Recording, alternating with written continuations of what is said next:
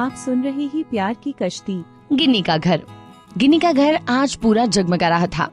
गिन्नी के घर में बड़ी बड़ी शख्सियत आई हुई थी, क्योंकि गिन्नी के पापा अंकित कपूर टॉप बिजनेसमैन में से एक जो थे।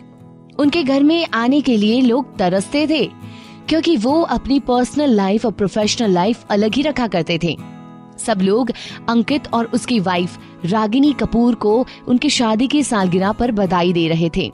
तभी गिन्नी ने आकर अपने पापा मम्मी को कहा और हग किया, happy anniversary mom and dad, और उनको गिफ्ट दिया। थैंक यू बेटा जी। वैसे हमारी बेटी हमारे लिए क्या लाई है, जरा देखे तो सही। ये तो सरप्राइज है, आप लोग खुद ही देख लीजिए खोल करके। अच्छा, कहते हुए मिस्टर एंड मिसेस कपूर ने अपना अपना गिफ्ट खोल कर देखा। गिन्नी ने अंकित को बहुत ही सुंदर वॉच गिफ्ट की थी और रागिनी को गिन्नी ने एक बहुत सुंदर सा ड्रेस गिफ्ट किया था। कैसा लगा आप दोनों को मेरा सरप्राइज? अरे बहुत अच्छा है। हमारी बेटी हमारे लिए कुछ लेकर आए और वो अच्छा ना हो, ऐसा कभी हो सकता है क्या? ओह पापा, कहते हुए गिन्नी की नजर पुलकित पर गई। पुलकित ब्लैक कलर के कोट में बहुत ही हैंडसम लग रहा था। उसको देखते हुए गिन्नी के फेस पर स्माइल आ गई थी। Mom dad, I will be back in a second, कहते हुए गिन्नी पुलकित के पास गई। पुलकित के साथ कुणाल और तान्या भी थे। कुणाल की नजर जब दूर से आती गिन्नी पर पड़ी तो वो उसको देखकर एकदम हैरान रह गया, क्योंकि आज वो व्हाइट गाउन में एकदम बार्बी डॉल से कम नहीं लग रही थी। गिन्नी ने उन सबको हाई किया और उन सबको अपने पापा मम्मी के पास ले जाकर कहा, डैड मॉम, ये है मेरे फ्रेंड्स, ये पुलकित, ये तान्या और ये कुणाल। उन तीनों ने उन दोनों को नमस्ते किया, लेकिन कुणाल ने जोश में दोनों के पैर भी छुए और उनको फ्लावर्स का एक सुंदर सा बुके देकर उनकी एनिवर्सरी के लिए विश किया। कुणाल आज बहुत खुश था, क्योंकि वो आज पहली बार गिन्नी के घर आया था। कुणाल के पैर छूते ही अंकित ने उसे रोकते हुए कहा, अरे बेटा, हमारे यहाँ बच्चे बड़ों के पैर नहीं छूते। अंकल जी, मेरे पापा ने मुझे हमेशा से यही सिखाया है कि अपने से बड़ों के हमेशा पैर छूने चाहिए। कुणाल की बात से अंकित ने इम्प्रेस होते हुए कहा, क्या बात है, तुम्हारे पापा ने तो बहुत अच्छी बात सिखाई है तुम्हें। तभी पुलकित ने कहा धीरे से, क्या बात है, ससुराल वालों को अभी से इम्प्रेस कर रहा है। रागिनी ने कहा, अच्छा तो आप हो गिन्नी की फ्रेंड? गिन्नी तो आप सबकी बहुत तारीफ करती रहती है, स्पेशली पुलकित तुम्हारी। हाँ माँ, क्या करूँ, मेरे फ्रेंड्स हैं इतनी खास, तो तारीफ तो बनती है। अरे अरे नहीं आंटी, खास तो गिन्नी है, कुणाल ने उसको देखते हुए कहा। तभी पुलकित ने उसको कोनी मारी और वो होश में आया। इस परिचय के दौरान रागिनी ने पूछा, अरे गिन्नी, चहक कहाँ है? तुमने उसे आने के लिए नहीं बोला था क्या? हमने तो तुमसे बोला था ना उसको स्पेशली बोलने के लिए। अरे माँ, मैंने बोला तो था, पर आपको तो पता है ना, उसका पक्का नहीं है कि वो आएगी या नहीं। तभी पीछे से आते हुए चहक ने कहा, क्यों नहीं आएगी? आखिर चहक के चाचा जी और चाची जी की शादी की एनिवर्सरी जो है, ऐसा हो सकता है कि चहक ना आए? हैप्पी एनिवर्सरी चाचा चाची, चहक ने उनके पास आकर कहा। उसने उन्हें हग किया और गिफ्ट देते हुए कहा, आखिर मोस्ट लवली कपल की एनिवर्सरी जो है। अरे थैंक यू बेटा, अंकित जी ने चहक के सर पर हाथ रखकर कहा, अच्छा लगा तुम आई, तुम्हें देखते हुए कितने दिन हो गए थे, तुम्हारी याद आने लगी थी, ऐसा लगता है जैसे तुम हमें भूल ही गई हो। नहीं चाचा जी, कभी ऐसा हो सकता है क्या कि मैं आप दोनों को भूल जाऊं? आप तो मेरे अपने हैं, अपनों को कभी भूला जाता है क्या? पापा के जाने के बाद एक आप ही तो हो मेरे अपने, आपको कैसे भूल सकती हूँ? आप ही थे जिन्होंने पापा के जाने के बाद मुझे संभाला था, बाकी तो सबने मेरा साथ छोड़ दिया था, कहते हुए चहक की आंखें भर आई। रागिनी ने चहक को उदास देखकर बात को बदलने के लिए कहा, अरे आप भी ना क्या पुरानी बातों में लग गए? चहक कितने दिन बाद घर आई है। चहक ही क्या, गिन्नी के बाकी फ्रेंड्स भी तो पहली बार घर आए हैं, ऐसी बातें कर कर उन्हें उदास मत करो। और तभी रागिनी ने वेटर को बुलाकर उन सबके लिए ड्रिंक्स लाने के लिए कहा और फिर आगे कहा कि चलो बच्चों, अब आप लोग ये पार्टी एंजॉय करो, तब तक हम बाकी गेस्ट को अटेंड कर आते हैं। वहाँ से अंकित और रागिनी चले गए। कुछ देर में कुणाल के आसपास देखते हुए पूछा, अरे गिन्नी, रिया से नहीं बोला था क्या पार्टी में आने के लिए? अरे उसके पास सुबह से फोन मिला रही हूँ, मिल ही नहीं रहा। रुको एक बार और कॉल कर उसे बता देती हूँ। इसी बार उसके फोन की बेल गई। रिया का फोन प्रशांत ने उठाया। हेलो। हाँ हेलो, उधर से प्रशांत ने कहा। अरे प्रशांत, रिया कहाँ है? सुबह से उसका नंबर ट्राई कर रही हूँ, लग ही नहीं रहा। मैं उसको ये बताना चाहती थी कि आज मेरी माँ और डैड की एनिवर्सरी है, कहाँ है वो? प्रशांत ने एकदम से कहा। नहीं वो नहीं आ सकती। हैरानी से परेशान होकर पूछा, पर क्यों, क्या हुआ? कुछ नहीं, बस she is not feeling well. Ginni ने हैरानी से पूछा, तबीयत खराब है? पर कैसे? आप मेरी उससे बात करवा सकते हो क्या? प्रशांत ने एकदम से हड़बड़ी में कहा। नहीं अभी नहीं। क्यों नहीं? अरे वो अभी सो रही है और तुम उससे बाद में बात कर लेना। ठीक है, कहकर गिनी ने फोन काट दिया। गिनी के फोन रखते ही कुणाल ने पूछा, रिया आ रही है ना? नहीं। पर क्यों? क्योंकि उसकी तबीयत खराब है। इधर वो परेशान हो गया और बोला, क्या तबीयत खराब है? पर कैसे? वो तो नहीं पता और प्रशांत ने ज्यादा कुछ बताया भी नहीं। मैंने जब उससे बात करने के लिए कहा तो उसने कहा कि वो अभी सो रही है। उधर बिस्तर पर लेटे हुए रिया ने प्रशांत से कहा, थैंक यू भैया। रिया, आखिर कब तक तू सबसे झूठ बोलेगी? सबको सच बता क्यों नहीं देती?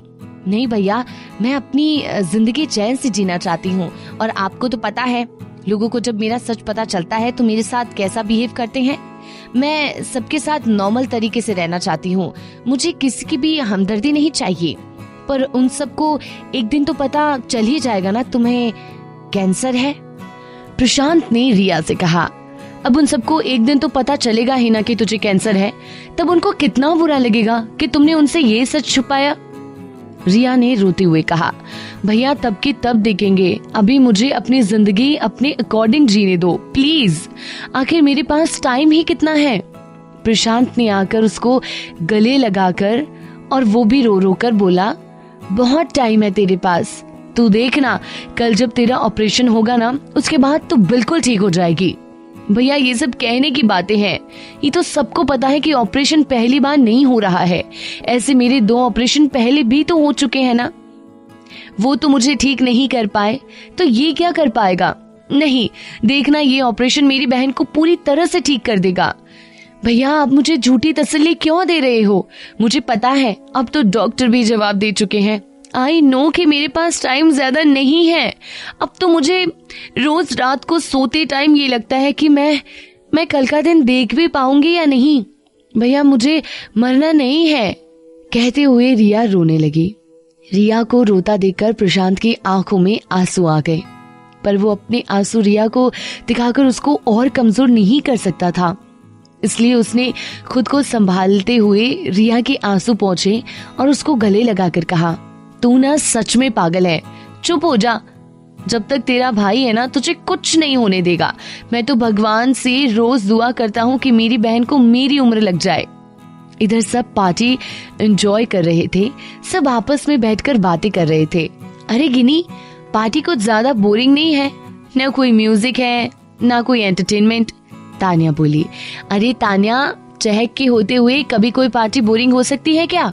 कहते हुए वो अंकित और रागिनी के पास गई और कहा, आज आप दोनों का दिन है और आप दोनों है कि गेस्ट में लगे हुए हैं, उनको छोड़ो और एक दूसरे के साथ एक टाइम स्पेंड करते हुए डांस कीजिए ना। अरे बेटे, इस उम्र में, अंकित जी ने कहा। चाचा जी, प्यार की कोई उम्र नहीं होती, चलो हो जाइए शुरू। कहकर चहक ने म्यूजिक शुरू करवा दिया और अंकित और रागिनी डांस करने लगे। तभी गिनी पुलकित के पास गई और उसने अपने साथ डांस करने के लिए कहा। पुलकित उसके साथ जाकर डांस करने लगा। कुणाल को इस टाइम बहुत बुरा लग रहा था और वो मुंह लटकाकर खड़ा हो गया। पुलकित और गिनी दोनों डांस कर रहे थे और बाकी सब उन्हें देख रहे थे, पर वहाँ उस भीड़ में एक शख्स ऐसा भी था जिसकी नजर पुलकित और गिनी के डांस से अलग चहक के ऊपर थी और वो चहक को बड़े प्यार से निहार रहा था। पर चहक इस बात से अनजान गिनी और पुलकित के डांस में खो गई थी। तभी वो शख्स चहक की तरफ आगे बढ़ता और उसे दूसरे ही पल चहक के सामने आकर खड़ा हो गया। चहक अनजान की तरह उसे देखने लगी क्योंकि वो नहीं समझ पा रही थी कि ये कौन है और मेरे सामने क्यों खड़े हुआ है। तभी वो शख्स चहक की तरफ अपना एक हाथ बढ़ाता है और चहक से डांस करने के लिए पूछता है, will you dance with me? चहक हड़बड़ी में कुछ समझ नहीं पाती कि वो क्या बोले, बस वो सिर से इशारा करती है। बस इशारे को देखते हुए वो शख्स बड़ी ही खुशी के साथ उसने चहक से कहा, ओह माय गुडनेस। वो शख्स चहक का हाथ पकड़कर उसे डांस फ्लोर पे ले आया और उसके साथ डांस करने लगा। उस आदमी का ध्यान डांस करते हुए सिर्फ चहक पर था। तभी पुलकित की नजर चहक पे पड़ी और वो चहक को उस आदमी के साथ डांस करते देख नहीं पा रहा था। बिना किसी भाव के घूरता चला जा रहा था। कुछ पल के लिए पुलकित चुपचाप देख रहा था, पर जब उससे कंट्रोल नहीं हुआ तो वो अपने साथ डांस करती हुई गिनी को एकदम से दूर करते हुए चहक की तरफ गुस्से में आगे बढ़ा और चहक का हाथ कस के पकड़ के उसे खींचते हुए डांस फ्लोर से नीचे ले आया। चहक अपना हाथ छुड़ाने की कोशिश करती रही, पर पुलकित ने चहक की एक नहीं सुनी। वहीं दूसरी तरफ गिनी को पुलकित का ये बिहेवियर देखकर बहुत गुस्सा आ रहा था और उसका चेहरा भून कर लाल हो गया। जब कुणाल ने देखा कि पुलकित गिनी को छोड़कर चला गया तो वो गिनी के पास डांस फ्लोर पर आया और उसे डांस करने के लिए कहा। कुणाल कोई भी मौका मिस नहीं करना चाहता था। उसे तो हर टाइम मौके की तलाश रहती थी और उसको ये मौका मिल चुका था। गिनी को पुलकित पर गुस्सा आ रहा था, लेकिन जब उसने देखा कि कुणाल स्माइल करके उसके सामने उसे डांस के लिए बोल रहा था तो उसने मना नहीं किया। इसीलिए उसने अपना हाथ कुणाल के हाथ में दिया। कुणाल ने उसका हाथ थामकर उसके साथ डांस करने लगा। इधर पुलकित चहक का हाथ गुस्से में पकड़कर ले आया। उसके हाथ में इस टाइम बहुत दर्द महसूस हो रहा था। पुलकित ने चहक को दीवार की तरफ धकेलते हुए गुस्से में कहा, तुम क्या पागल हो जो किसी के साथ भी डांस करने लग जाओगी? तुम्हें दिखाई नहीं देता कि वो आदमी तुम्हें कैसे नजरों से देख रहा था और उसी के साथ डांस करने चली गई तुम? पुलकित छोड़ो, मुझे दर्द हो रहा है। और उसने मेरे से बस डांस करने के लिए कहा था और डांस तो नॉर्मल है, इसमें कौन सी बड़ी बात हो गई? और अब इस कहानी में आगे क्या हुआ ये जानने के लिए आपको सुनना होगा कल ठीक इसी समय। तब तक के लिए ख्याल रखिएगा अपना। हिंदी स्टोरी चैनल को सब्सक्राइब करें।